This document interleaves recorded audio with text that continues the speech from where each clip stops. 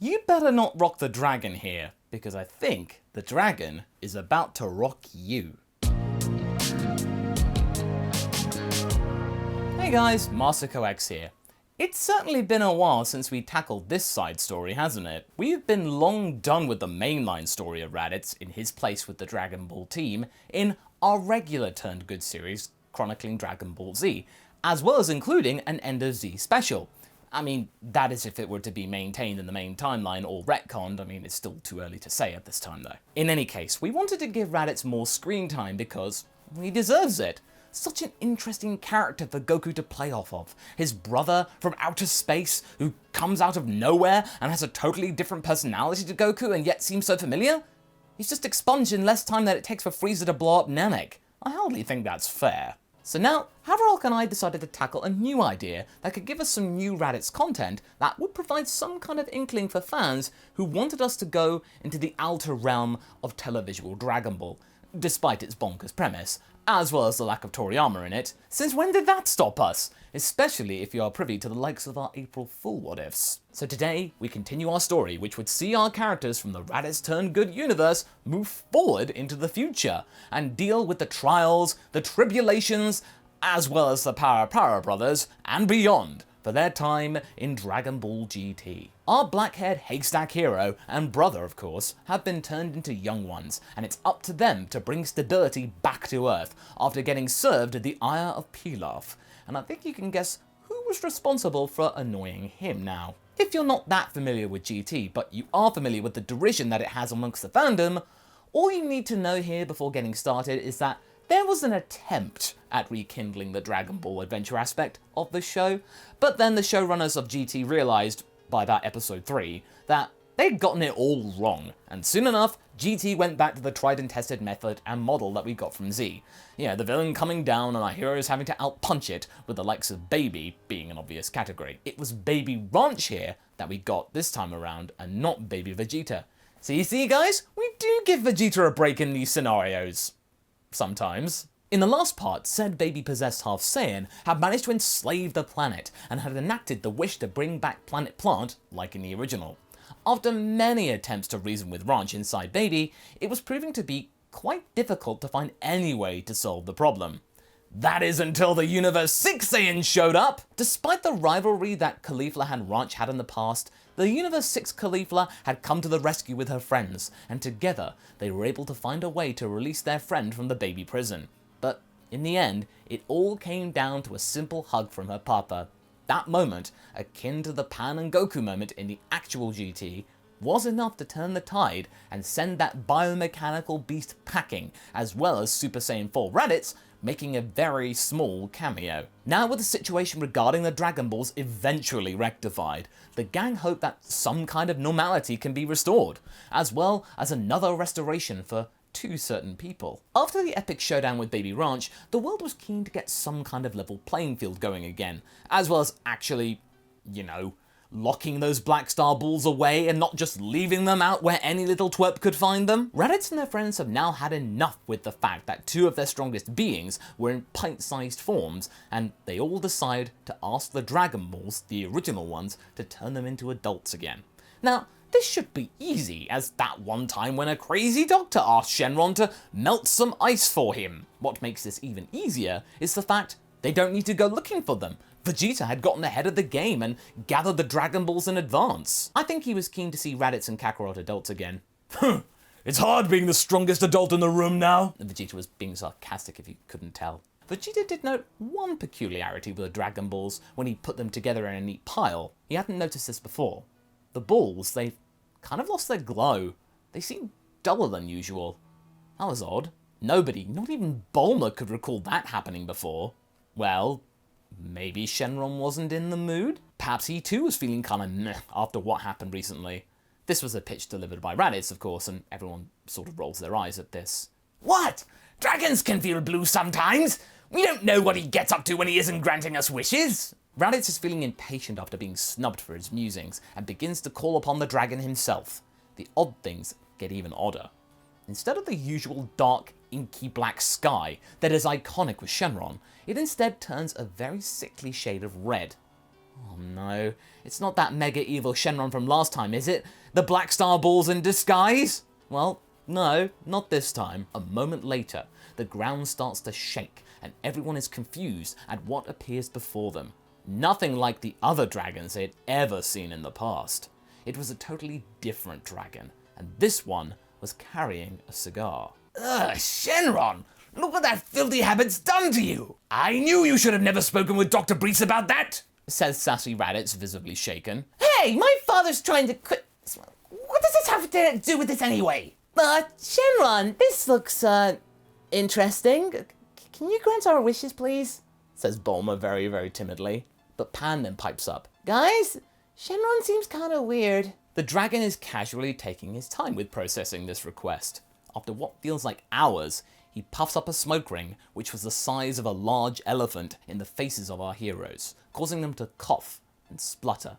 He then finally speaks, giving them his answer. Wishes. I have no intention of fulfilling any wishes. Okay, that was weird. Pan and Ranch are taken aback with the dragon being so callous and ignoring their request. After getting then angry with this lazy beast, and then trying to reason with him, going through all the emotions here, it is becoming clear that something very badly wrong is about to happen. That would make the whole baby thing look like a walk in the park. Before they can even finish another sentence, the Dragon Balls start to float upwards and are then consumed in a storm of wind and black smoke.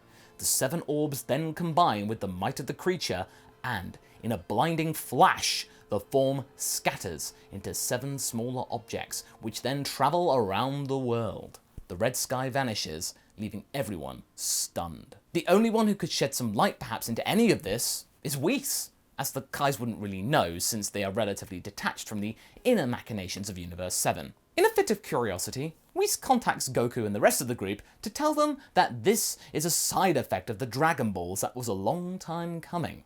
He speaks of the team overusing the power of the Dragon Balls. You see, it's quite strange. The Super Dragon Balls have never done this since, they're so steeped in legend, and thusly have never been worked so hard as your set. Despite the sassy tone in his voice, the gang quickly realised that the Angel's right. They were used too frequently and wished on way too often, mostly due to the fact that the Dragon Radar was a thing, making what was once something that would take decades to achieve, something that they could do in a weekend, or even just an hour, which makes Bulma feel pretty guilty.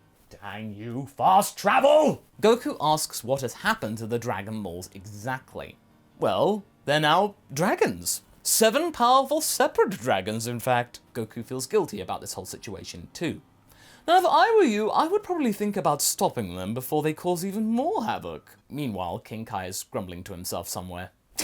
What am I, chopped liver? Raditz then pipes up and asks the question that everyone was thinking, hopefully chirping. Well, come on, guys. This should be a cinch. Whis, my old pal. Head on over here and bop those clowns on the head and tell them to behave, would ya? Raditz seems to be expelling his annoyance at having to stay in this body for a little longer. Oh, as much as I'm flattered at the eloquence of your invitation, I'm afraid this is a matter of consequence. This isn't like the last few times our paths have crossed where you did nothing wrong. No, you brought this on yourself. You mortals in this case will have to deal with the outcomes of your own actions. But me and Lord Beerus believe in you. Good luck! The line disconnects. So that's that then. Goku lets out a deep sigh. They're on their own. And while usually he's up for a challenge like this, Goku doesn't feel too good about this time around. The gang then proposed that they should split up into smaller groups to find the dragons and even assess their power to see if by them splitting into 7 dragons, this would make the overall dragon weaker and thusly prove to be small fry in terms of strength. Pan wants to join her favourite aunt despite the protest from Videl and Gohan. Don't worry, guys. I'll take care of Pan. It's what I do. So the groups look as follows.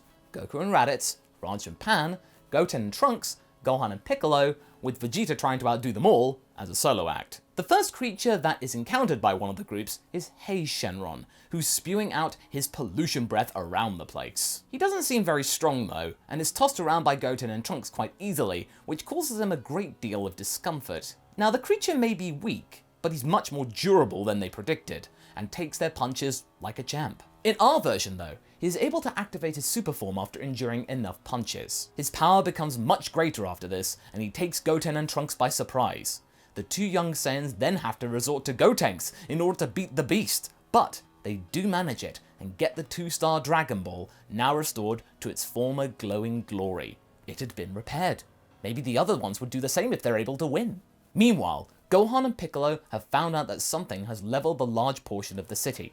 Gohan speculates that it might have been caused due to the earthquakes that happened recently, caused by the black smoke Shenron. Finally, they spot a mole-like creature way too focused on digging instead of fighting. When he sees the two, he dives into the tunnel and tries to scurry away. Piccolo then tries to focus and locate his power underground. But this Naturon Shenron is a much more cunning creature than Piccolo bargained for, and is able to hide its power from the Namekian. Piccolo then has to resort to his now improved hearing, but Naturon is prepared for that too, sending out seismic waves which confuses Piccolo's sense of hearing. As the Namekian's aura feels familiar, Naturon seems drawn to him and uses the opportunity to get the jump on him, and absorbs Gohan's mentor. This causes Gohan to get pretty angry, but he then can feel that Piccolo is still alive inside and in no immediate danger. He needs to think this through though carefully, as Naturon seems to have learned Piccolo's moves whilst absorbing him, and also seems to be accustomed with Gohan's tactics as well, since the pair are so closely linked. He even uses a giant form to grow even more fearsome. Gohan is forced to do an impressive Masenko Mouth Blast beam struggle, but something then happens that Naturon did not expect to happen. It happened as a special beam cannon shoots out of his own stomach, his lunch coming back to haunt him.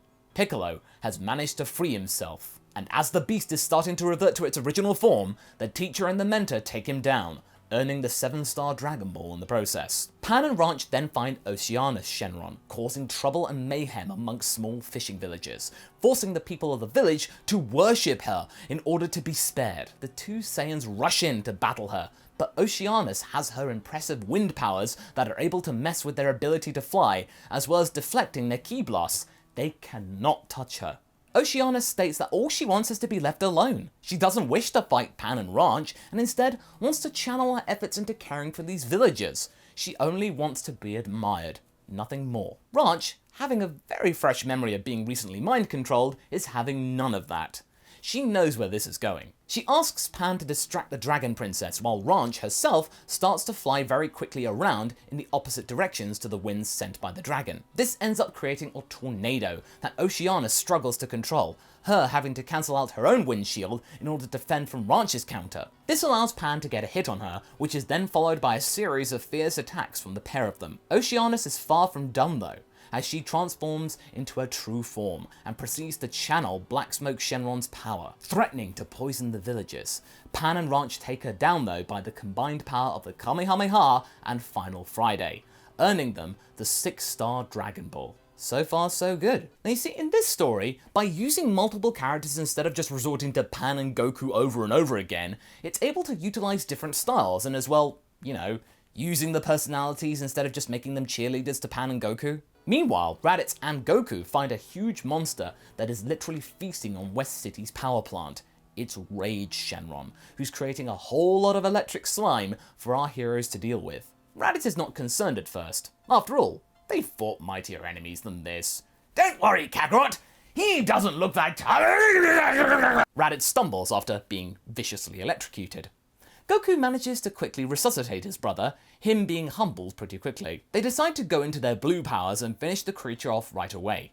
But they are pretty shocked when it survives their combined attempt at blasting it, thanks to him covering himself in the electric slime. This isn't going to be easy, bro, after all. Rage Shenron is taking everything that they throw at him, and his electrical attacks are actually more perilous than they had first thought. Raditz, however, has an idea. He cuts a huge cord from the power plant that hadn't been damaged and tosses it at the beast. The monster feels the cord touching him, it doing nothing initially, and then just laughs at Raditz. The beast picks up the cord and starts to gobble on the electricity, growing even bigger and more bloated. And then both him and Goku perform a double dragon fist. While they feel the pain from the electrical field around Rage Shenron, they do manage to pop the dragon like a balloon. When his remains are trying to combine into a coherent being again, they get blasted again by the Som brothers. Wow, That was harder than it looked. I hope Bulma has a spare generator. Meanwhile, Vegeta is also looking for dragons and finds a frozen portion of the city. While there, he sees an opponent who appears to be deliberately waiting for him. And that's where we're going to be leaving things for right now. So what do you guys think? What will Ice Shenron do with Vegeta? Is this quite possibly the end of the story coming next time? Well, leave a comment below and let's get this discussion going. And I shall see you in the next video. Catch you later!